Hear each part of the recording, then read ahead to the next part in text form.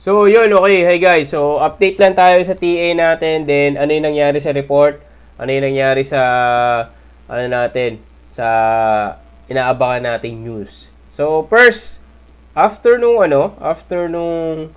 rejection niya dito, so, yun, okay na yung inaantay natin.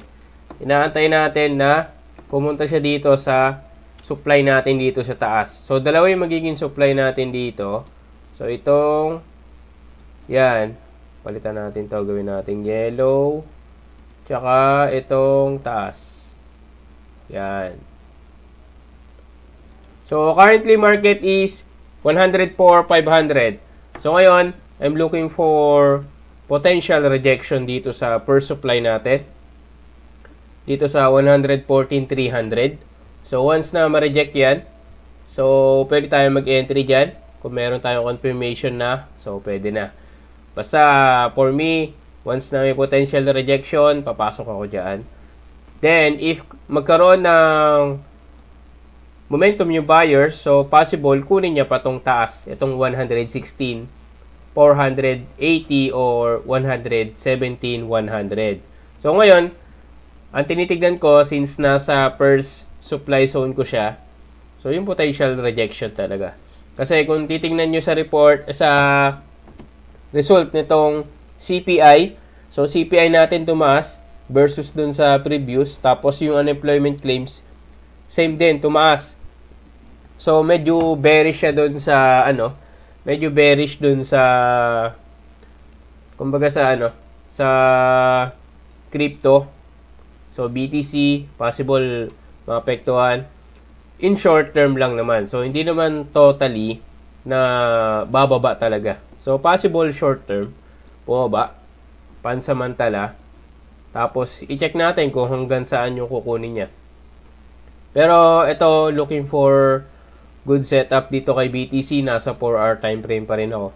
So, nasa supply zone ko siya, kaya I'm looking for short dito if magkaroon ng potential rejection. So, ngayon, waiting time lang tayo kung ano yung magiging reaction, magiging reaction natin dito sa market. So, mag-react tayo kung ano yung gagawin niya doon sa setup natin. So, this is for BTC.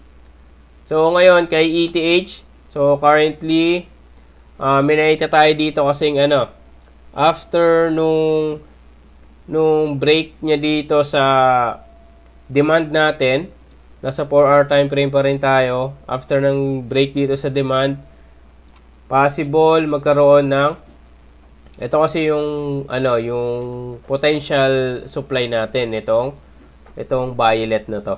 So ngayon, tinitignan ko kung mabasag yan, possible lang kunin talaga ito. Yung supply sa taas.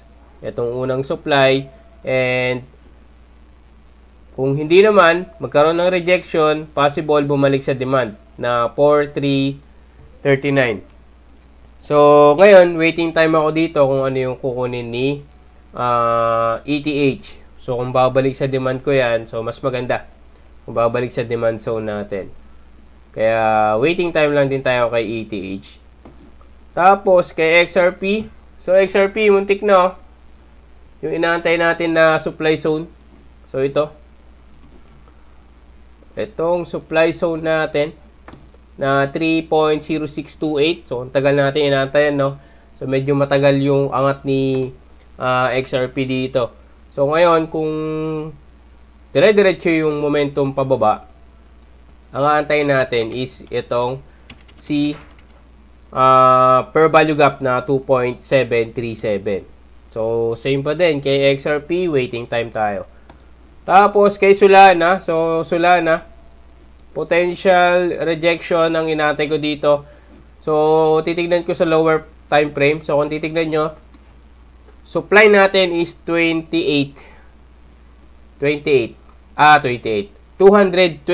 pala. So, ngayon, ang aantayin ko dito sa 1-hour time frame kung itong candle na to magko-close. Kung mag-close yan dyan, so pwede akong mag-entry dahil sa confirmation. Pero, we'll see, Baka kasi magkaroon ng retest dito sa 228. So, depende. Tignan natin kung ano yung magiging reaction natin sa gagawin ng market. If either dire-diretso ba yung momentum pababa ng market or magre-retest ulit dito sa natin sa supply. Pero kung titignan nyo, ang ganda nung rejection niya dun sa supply. So, check natin kung ano yung mangyayari dito kay Solana. Pero once na magkaroon ng strong strong close candle, so medyo maganda yung momentum niyan pababa. Kung magkakaroon ng strong close candle yan. So, kung strong candle na magko-close yan, maganda yung yung momentum niyan pababa for sure. Tapos sumabay pa yung dito sa news. So ngayon, waiting time pa rin tayo. Once na magkaroon ng confirmation dito kay Solana, so same pa din, papasok tayo diyan for short. So yun lang, nag-update lang tayo. Pinost natin to, possible short term lang to, short term na bearish for crypto. So, bukas, may isa rin tayong aabangan. Itong consumer sentiment, tsaka yung inflation expectation. So, yun lang. Update lang tayo. Chill lang tayo. Abang tayo ng setup. So, this is Kevin Crypto. Peace out.